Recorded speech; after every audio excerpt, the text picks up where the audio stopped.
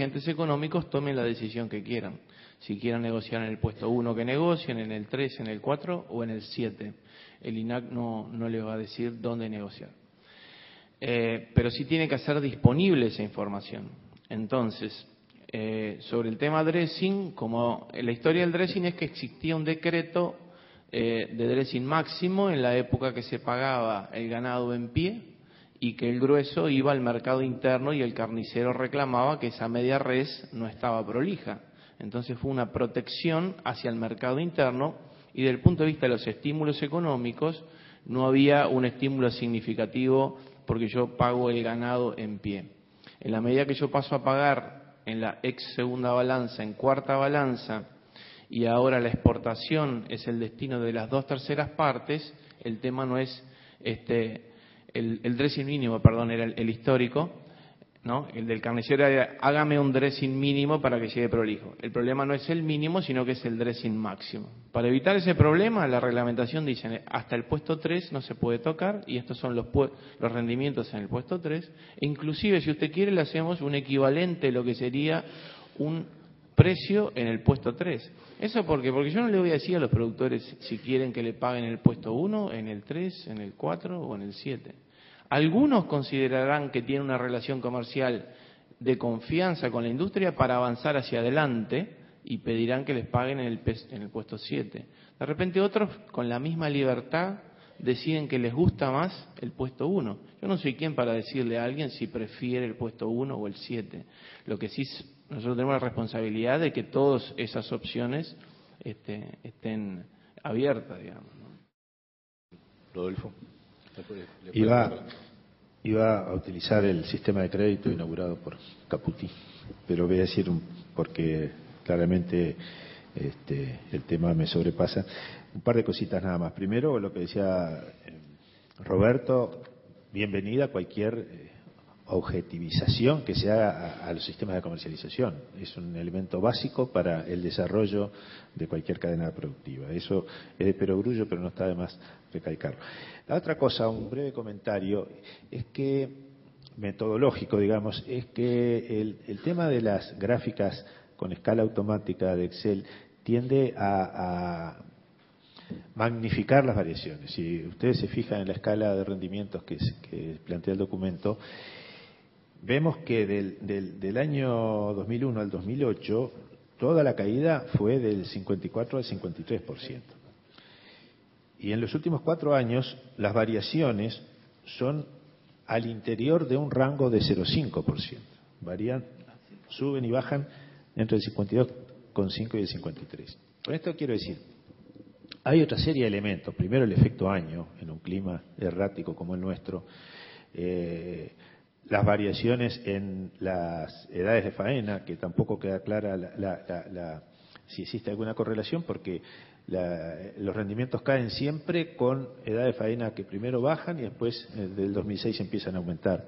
Entonces, la evidencia creo que no es tan terminante y creo que como decía antes, el efecto año es muy determinante de estas variaciones y, de nuevo, resulta difícil, a mí me resulta difícil poder establecer una relación causa-efecto clara para analizar como una caída que fuera preocupante. Bueno, nada más. Martín Seco, claramente hay muchos aspectos del tema comercial que se han planteado y muy claramente Bonica decía, bueno, se necesita un elemento mayor de transparencia. ¿Cómo lo ve el demandante en este caso, en este mercado? Esto es un tema, como a veces cuando hablamos de sensación térmica y temperatura, cuánto está presente en la relación nuestra comercial con los productores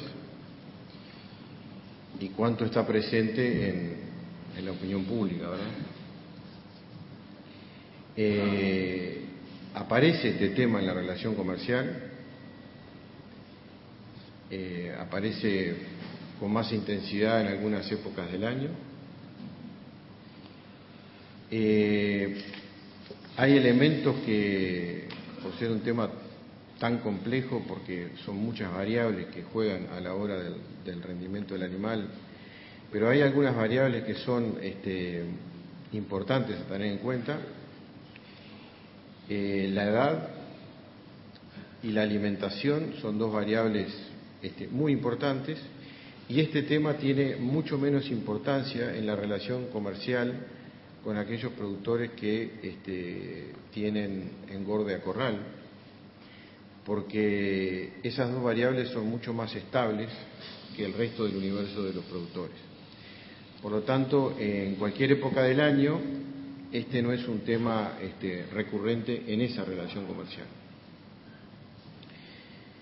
El otro tema es que el tema existe. Nosotros puedo contar un sinfín de anécdotas, ¿no? No solo nosotros creemos que no es la solución ir hacia la tercera balanza, porque ahí ya tendríamos un elemento que es la panza del animal, que en algunos casos puede llegar a pesar el doble en una que en otro animal, cosa que hemos tenido que comentar a los productores, pero no comentar con un cuento, sino ir a la faena, sacar una panza de la mesa de vísceras, pesarla en una balanza, pesar otra de otro tipo de ganado, para que ese cliente puntual pudiera notar la diferencia, y por supuesto ese cliente después también pide pesarse él en la balanza, a ver si la balanza está bien. Creo, sí, creo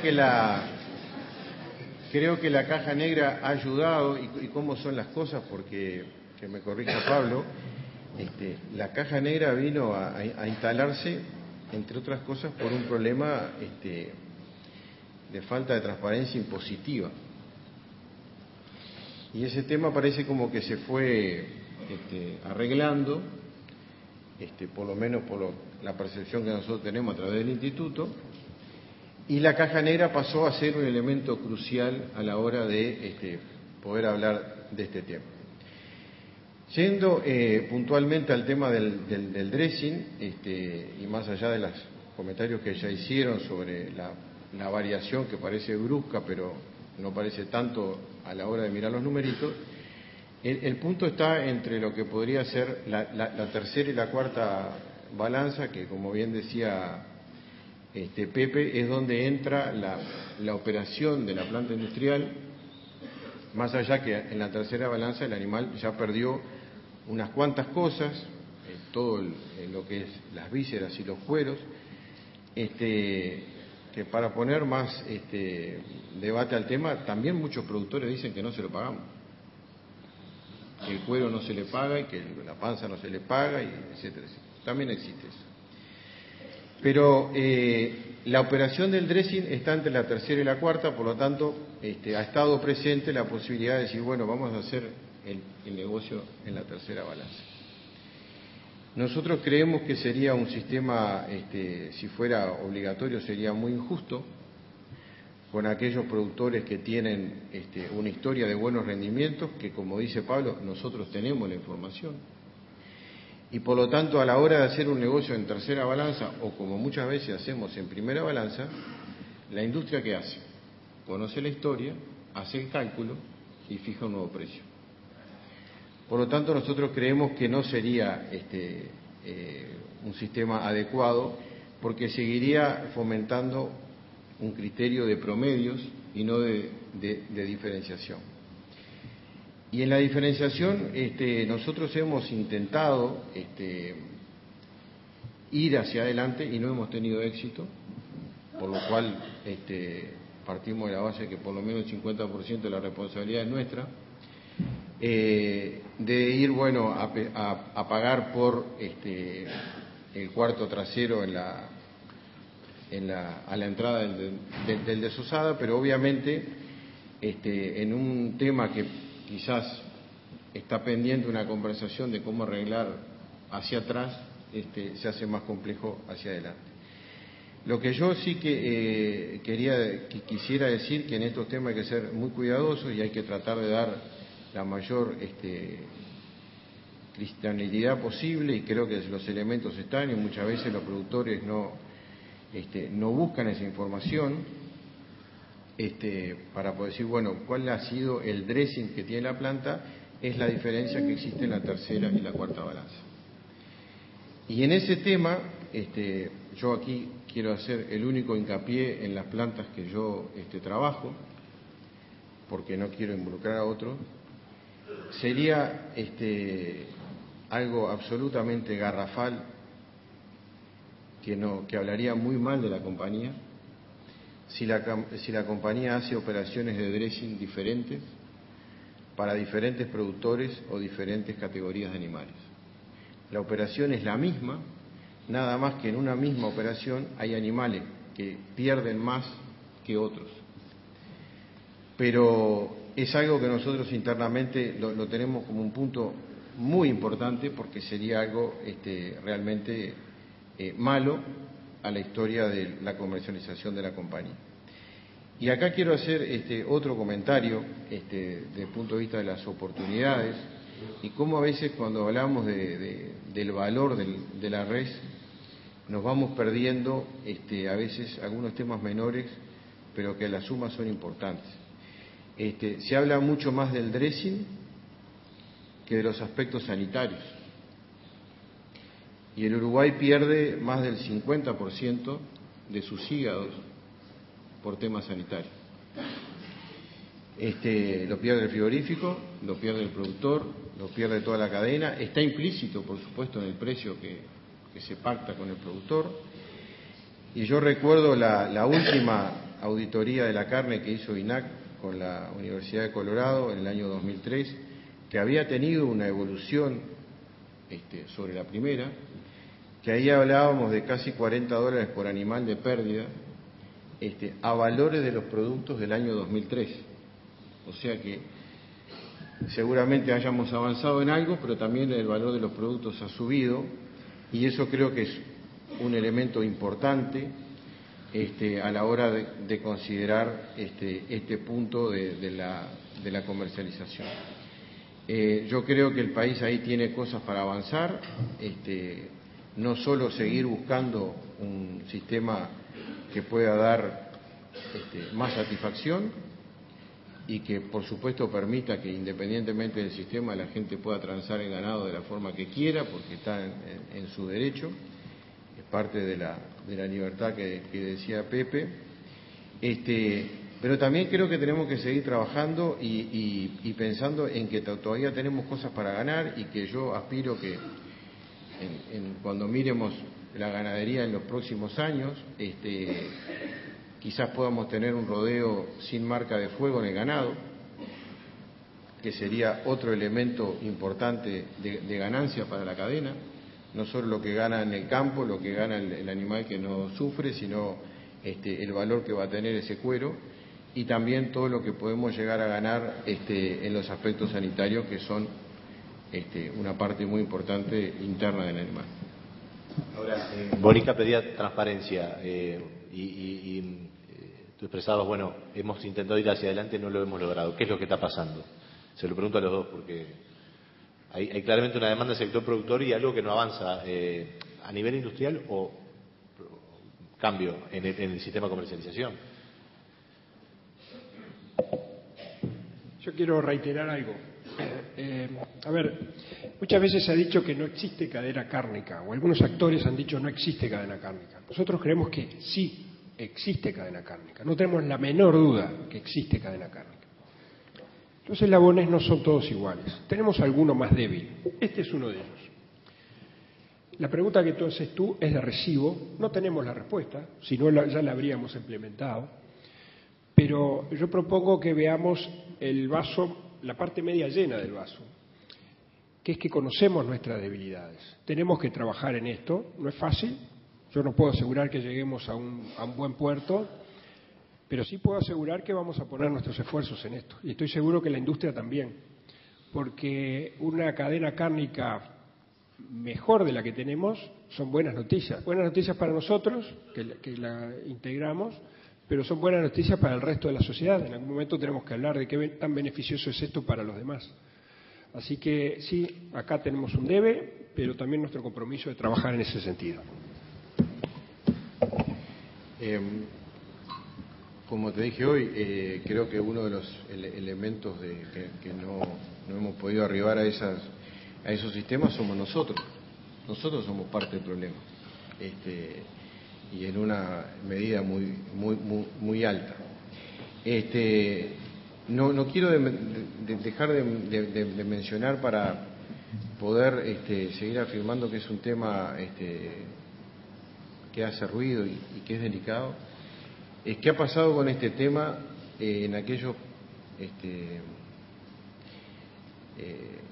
proyectos que grupos de productores han sido industriales? O sea que también hay una vasta información en poder de los productores, de ellos mismos ver en sus propias empresas cómo era el comportamiento de su ganado. Y seguramente muchos de ellos se encontraban algún día con la insatisfacción de que el ganado no le rendía lo que le había rendido la última vez. Ahora, disculpa, vas a hacer tema de rendimiento. ¿Por qué no se puede pagar por los cortes traseros, por ejemplo, como mencionaban recién, o por ancho de ojo de bife, o medidas de ese tipo? ¿Por qué no se puede empezar a pagar por eso? Poder se puede. Lo que no hemos encontrado es el sistema. Nosotros estamos inmersos en una comercialización que yo llamo de promedio, y muchas veces la competencia por un novillo gordo está básicamente enfocada en el precio, en la necesidad de contar con ese animal, y hacemos un poco de ojo ciego muchas veces en la calidad. Por eso digo que no es muy justo, especialmente con aquellos productores que producen mejor. Pero tampoco a los productores les gusta sentirse que ellos son los que no producen mejor. Porque siempre que miramos el campo del vecino, nuestro ganado es igual o mejor que el otro. Pero resulta que en el proceso industrial no es así. Entonces, nosotros hemos discutido mucho esto internamente, mucho con los productores, y realmente hasta el momento no hemos podido avanzar, para lo cual no quiere decir que no sea una necesidad y que no estemos dispuestos a hacerlo, ¿no? Bien, pista por el lado derecho. Pablo, Roberto. Sí, quería hacer dos comentarios. La economía tiene muchas paradojas, ¿no? La paradoja es que una de las primeras es que si todos creemos el pronóstico no ocurre. Si todos pensamos que tal lugar de veraneo va a estar barato este año y vamos todos para ahí, se agota y está carísimo. Eso es lo que hace que fracasen la mayoría de los pronósticos. Es decir, cuando uno le crea el pronóstico. La gracia para que ocurra es que la gente no le crea, es lo contrario. Con la calidad pasan cosas parecidas. Si uno empieza a pagar un sobreprecio por calidad y la gente le cree, mucha gente hace esa cuestión y la calidad esa que se busca pasa a ser una cosa abundante, por lo cual yo no tengo que pagar un sobreprecio. No hay necesidad porque lo consigo sin pagar ningún sobreprecio. Entonces, desde esa macrovisión, Uruguay es un país relativamente homogéneo, que es lo que nos dicen desde el exterior. Pero ustedes son relativamente homogéneos. Miren sus razas, miren sus sistemas de producción. Esas razas, esos sistemas de producción, esos productores son relativamente homogéneos respecto al resto del mundo. Y lo que estamos hablando es una banda muy chiquita, de un fine tuning muy fino, que no llega a producir el cambio en el diferencial, es decir, es una cosa, y por eso yo no creo que sea falta de talento, han estado trabajando en estos años, es que no hay, me parece, el fundamento económico para un sistema de calidad distinto, esa es la verdad. Porque es muy fino, digamos, es muy de 10, 20 dólares, una cosa muy fina que en las otras oscilaciones se pierde. Sobre el tema coordinación, eslabones, cadenas, mercados spot, etcétera, hay una afirmación de Seco que me parece bien interesante. Martín decía, a veces hay más proximidad entre el eslabón engordador y el industrial que entre el eslabón engordador y el sector criador. A mí me parece que es bastante así. Y cuando a veces hablamos de temas de desarticulación, quizás sea más en ese el problema, que en el otro, porque aparte las dinámicas son distintas. El engorde es un proceso distinto, muy dinámico, pero mucho más corto. La cría es un proceso muchísimo más largo y con un espectro de productores y una dinámica diferente. Entonces quizás la desarticulación no haya que mirarla entre productores e industriales, sino que si los engordadores están un poco más cerca, como sugiere Seco, y yo concuerdo, y los criadores están un poco más lejos, quizás el problema sea en los terneros y en esas otras dinámicas de la cría, digamos, ¿no? Acordate, Roberto, que ya tenés crédito avanzado. Ah, ya me conté. No, pero brevemente. Entonces les termino el cuento porque Juan no terminó la anécdota hoy cuando dijo que no se transformara en un campo de batalla. En realidad el cuento seguía y dijimos, tal vez sí podría ser una sala de esgrima. Entonces creo que los esgrimistas cuando se dicen touché cuando los toca, ¿no? Y como Seco habló un poco de los productores, lo que quieren y no quieren, y hasta dónde esa percepción que tiene de lo que quieren o no quieren los productores puede inhibir el desarrollo de un sistema de pago, yo sí debo de decirle, por touché que me siento, que habemos productores, y estoy incluido, que hemos iniciado programas de cruzamiento desde hace más de 20 años con el objetivo de lograr cuartos traseros y cortes musculares, o sea, músculos valiosos en mayor proporción y, bueno, por lo menos en nombre de ese grupo, darle un empujoncito a que se siga animando con el proceso. Bueno, va ligada un poco la pregunta. Hoy Pablo hacía referencia, 2/3 de la producción va a la exportación, el mercado americano es una cosa, el mercado europeo es otro, se empiezan a abrir distintas alternativas de productos. ¿Tenemos las razas adecuadas? ¿Tenemos la combinación de razas adecuadas mirando hacia el futuro? Por supuesto que sí. Por supuesto que sí. Pero yo voy a ir un poquito más.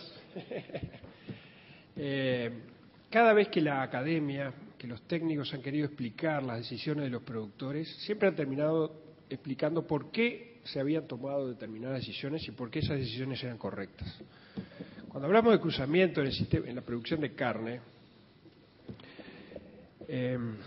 una técnica que es conocida en el mundo desde hace mucho tiempo y que es conocida en Uruguay desde hace mucho tiempo. Yo recuerdo en los primeros años 90, acá hay algún amigo, compañero mío de cuando era asesor CREA, pero trajimos esta tecnología, la difundimos, teníamos claras las virtudes, pero para hablar de razas tenemos que tener claro que los cruzamientos donde más impactan es en el sistema cría. Y en el sistema cría, vamos a decir las cosas como son, la tasa de procreos, que también se mostró en una gráfica como diciendo es estable, pero ¿por qué es estable? Es estable porque los productores quieren que sean estables. ¿Y por qué ellos quieren eso? Y quieren eso porque en los sistemas criadores difícilmente o rara vez ocurre que los terneros representen más de la mitad de sus ingresos. Esto quiere decir de que el descarte diciendo esto, en realidad lo que estamos diciendo es que el descarte de vacas es muy importante, que deben existir, dada la relación de precios que existe en Uruguay de las distintas categorías, que es muy distinta a lo que existe en la mayoría del mundo, que una vaca gorda en Uruguay valga más que una vaca de cría es algo que no se repite, que hay que buscar por muchos lados para encontrarlo, pero bueno, eso es lo que ocurre en nuestro país. Entonces, las vacas gordas son necesarias, las vacas de descarte son necesarias, y la tasa de procreo que tenemos es la lógica, y la raza que utilizamos para esas tasas de procreo también son la lógica. Es posible, y no que no se entienda esto que me pongo a lo que dijo Roberto, si a eso le agregáramos además premios, pues es posible que por otros aspectos, no los de cría, los cruzamientos deban ser más considerados, pero lo que está haciendo el productor uruguayo es lo correcto. Una pregunta para Seco. ¿Cuál es la genética de los feedlots de Marfrig? Lo que encontramos. Nos adaptamos al universo. Hay veces que le joroba a Marcelo, ¿no? Le digo, poneme los oranos en el fondo, pues no los quiero ni ver. Porque son espantosos, salen 2 metros para afuera de los corrales. Realmente creo que ahí toqué un tema importante que es que el país no puede perder nada de lo que tiene, y en el macho de los holandos es un debe, creo que tenemos. No sé si la solución será el feedlot o cuál va a ser la solución, pero en un país que necesita producción no se puede tirar nada. Pero las razas son razas carniceras, de las que producen los productores y que nosotros compramos, le diría, casi semanalmente en el mercado. ¿Pagan más la cruza que razas puras? No, sí se hace una diferenciación por aquellos animales que tienen historia de comer suplemento. Eso sí es un factor diferencial. Sí, por el tema de la adaptación al llegar al corral. Ahora, ¿y en qué queda el esfuerzo que decía Roberto de ese grupo de productores de mejorar los cortes valiosos y demás desde el punto de vista de la industria? ¿Vale la pena, digamos, complicarse en el trabajo? ¿Tiene una retribución de precio? Sin duda, todos esos temas vale la pena complicarse. De hecho, es nuestro deber. Y quisiera hacerle una pregunta a Pablo, que seguramente va a tener más información que yo, completando un tema que decía Pepe, ¿no? Obviamente, en el tema de la relación de precios, muchas veces en Uruguay hablamos del indicador de precio de novillo. Pero yo quisiera saber, si Pablo tiene alguna información, en una faena que es 50 y 50,